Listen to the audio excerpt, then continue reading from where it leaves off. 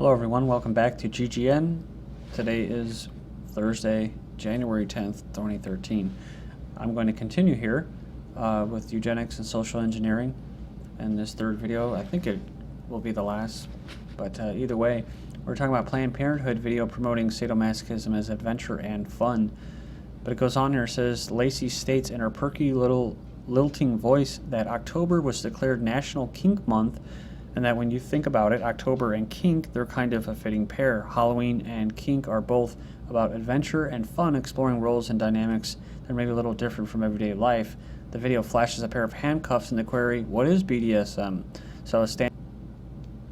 So even though the definition is about inflicting physical or mental pain on others, delight in cruelty, excessive cruelty, and stuff like that, and the people that are usually into it are usually have some kind of emotional scars themselves, that it's not like that, and that that it's actually there just for pleasure. So intense euphoria. So they basically try to water it down, I guess. And this is for youth. I mean, this is what they're teaching probably in sex ed in public schools. Why Americans cannot discipline their child or children. It goes on, it says, America is the only nation in history which miraculously has gone directly from barbarism to degeneration without the usual interval of civilization from George Clemenceau, 1925. But it says the ultimate reason that Americans are unable to discipline their child is that they have no authority over them. That's right? We're talking about the education indoctrination camps. They like to tell them, oh, you can't RFID chip our children, your students. And they say, oh, yes, we can. They're property of the state. So as long as you dump them off there, you're giving them consent.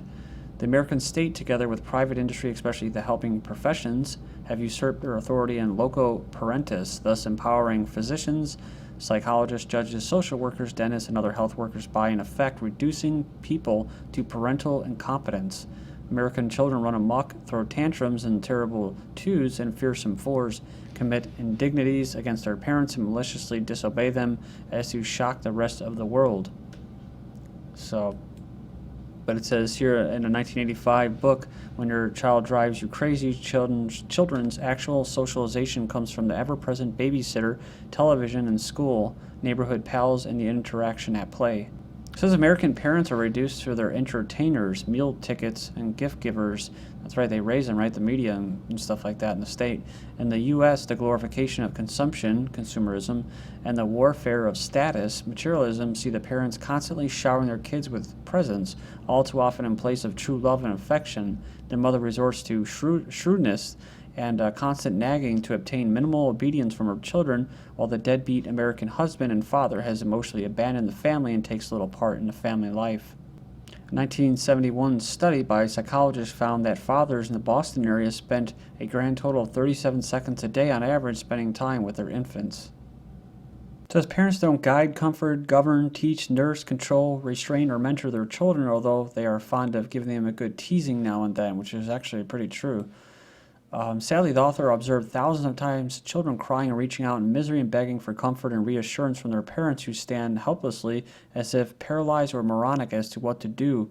So it says, or they insensitively, without any insight, scold their offspring for being crybabies.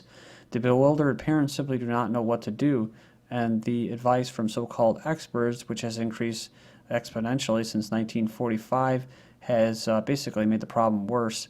Mothers who diligently study Chilton-like manuals to learn maternal instinct still are incompetent, and the melee has only intensified after that year. So you can go there and check it out. Links will be posted. I think I went through that, enough. French psychiatrist sentenced after patient commits murder. So this is a big deal. It says the psychiatrist whose patient hacked an elderly man to death was found guilty of manslaughter on Tuesday in a groundbreaking case that could affect the way patients are treated. So they say that the court said that he had committed a grave error by failing to recognize the public danger posed by this individual patient for 4 years.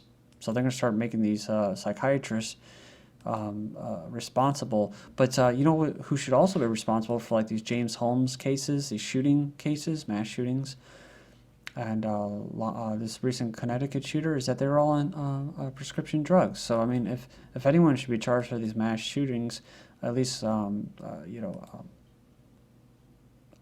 of like helping it, aiding, it should be these psychiatrists. But I don't know about this. I don't know if a psychiatrist should be sentenced after a patient does something and it's not him. That's still kind of an autonomous individual person. But, this is similar to the precedent that was made with what? With the cancer. That actually a parent does not have any kind of power or authority over their own child when it comes to cancer and treatment, that they'll actually charge the mother or the father with manslaughter. A police search for prescription drugs as man spends final moments with deceased wife. A man says the police disrupted an intimate moment, of mourning with his deceased wife of 58 years when they searched his house for her prescription medication without a warrant within minutes of her death. So she died of colon cancer in her bedroom last May. It says here when this 80-year-old husband said he was distraught and trying to make sure if his wife's body would be taken to the funeral home with dignity. When he says officers insisted he help them look for the drugs. I was holding her hand saying goodbye when all this intrusion happened. Then next up we have customer tells Whole Foods worker of telling her to put an autistic brother on a leash. Whole Foods customer says that employees told her to put her autistic brother on a leash after he took food without paying for it. So he's a 26-year-old, and goes on here and it says, I told him that he had autism and apologized that he had taken the food and immediately offered to pay it. They told me he needed to get out of the store and not come back unless he was on a leash. It's interesting too. Remember those little things they sell at Walmart? Those little collar leashes like for dogs that they have for children? So when you go shopping, you can just have them on a little leash.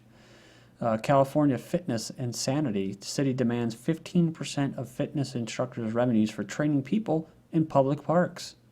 It's a trend all across the country, especially increasing amounts of people couple their personal fitness goals with local community building efforts. But fitness groups that meet and train with paid instructors at public parks throughout the city of Santa Monica and California could face increased costs as a result of new user fees being considered by local officials. The $100 fee and 15% revenue tax, and they're saying it's excessive. And the reason they're doing it is they're saying they're creating private revenue on public property. So why we overeat fructose. So I don't overeat fructose, but I know it's in most stuff. Well, when you first see this article, of course, you can tell what are they talking about, regular fructose or high fructose corn syrup or sugar? What are they talking about? Study found that the sugar can trigger brain changes. So they're calling it a sugar, which is false. So, the first thing you want to do when you have arguments like this is what? You want to define the terms. So already they're not defining it correctly. Scientists have used imaging tests to show for the first time that fructose, a sugar that saturates the American diet, can trigger brain changes that may lead to overeating. So interesting. It's just like the grain and other foods. I think genetically modified foods and that. It actually has stuff in there that causes you to eat more, that you feel basically hungry still. After drinking a fructose beverage, the brain doesn't register the feeling of being full as it does when simple glucose is consumed. So they say here that a small study and does not prove that fructose or its relative high fructose corn syrup can cause obesity, but experts say it adds evidence that these sugars may play a role. So just a quick background from 2012 in May, why the FDA's high fructose corn syrup isn't sugar. So today the FDA told corn refiners that they're not allowed to change the name of high fructose corn syrup to corn sugar. The consumer union cheered that the ruling stated in a press release that if the name had been changed, it would have given consumers the wrong impression that this product is natural, which is definitely not. So when they say, "Oh, this is a high fructose corn syrup," it's the ugly cousin of fructose. Well, it probably isn't. I mean, it's not natural, right? So it's not a regular cousin. You have high fructose corn syrup, the bitter truths and dangers to the last drop. You can go on there and check out why it is actually cheaper to produce. Well, because it's cheaper than sugar, and sugar has a lot of regulations around it, importing and all that. So everything has corn syrup in it now. So you can thank your government for that.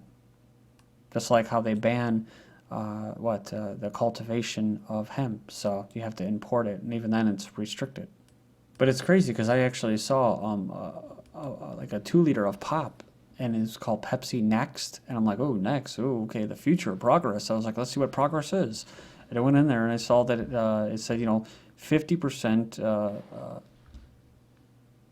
60% less sugar, which is funny because they should really say 50 to 60% less high fructose corn syrup. And then you go in there, and what does it say? It says it has not just aspartame in there, but it has high fructose corn syrup and no real sugar. So that, I mean, that's a combination right there. And they target people like these Diet Cokes and Diet Pepsis. They're targeting people that are already, pushing their weight, and they try to go to this stuff. It does them just the same amount of harm. So it says here, another reason diet soda may not be a good choice. It goes on and it has a link with the risk of depression, says a new report. From the 7th of January, new weight loss gadget sucks food straight out of the stomach. So it says here that from the London Independent, who would have thought that the future of weight loss might lie in the hands of the inventor of the Segway? Says the creator of the two-headed wheeled wonder has applied for a patent for a pump that can suck food and drink straight out of the stomach. Initial setbacks have occurred because the pump struggles to break up large foods. One patient reported clogging and had to avoid eating cauliflower, broccoli, Chinese food, stir fries, snow peas, pretzels, chips, and steak. So maybe it will be like, the episode of Seinfeld where he's talking about, people should just have like an intravenous of soup or something. It's already half digested. And then you bring in that movie Idiocracy, which I know a lot of people hate, but I just love that movie, even though it's kind of stupid. It's a kind of a scary way of looking at how life really is and where it's going, where you just have a toilet built into your love seat, and you got this tube that goes into a tube that runs straight into your house with whatever Brandy, basically Powerade and Gatorade, and then you have just these tubs of just crap food, whatever it is, and you could just run like a little feeding tube, and then you could have a feeding tube coming out of you right into the sewer system. New invented vaccines may reduce weight gain. This is actually from July of 2012. I thought I'd throw it in there.